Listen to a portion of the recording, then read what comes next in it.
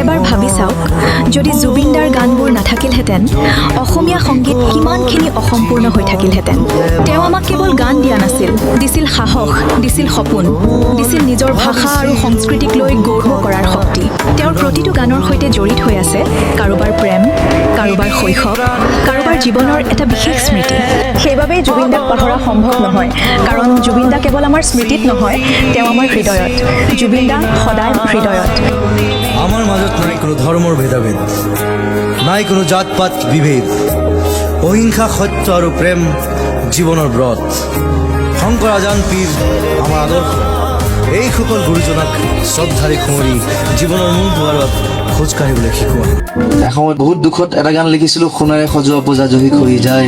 সেই সোণেৰে সজোৱা পজা আমাৰ যিখন অসম, সেই অসমখন যাতে জহি খহি নাযায়, তাৰ কাৰণে আমি যুঁজ দিব লাগিব, আমি থিয় দিব লাগিব সদায়, আমি সদায় একেলগে হৈ থাকিব লাগিব।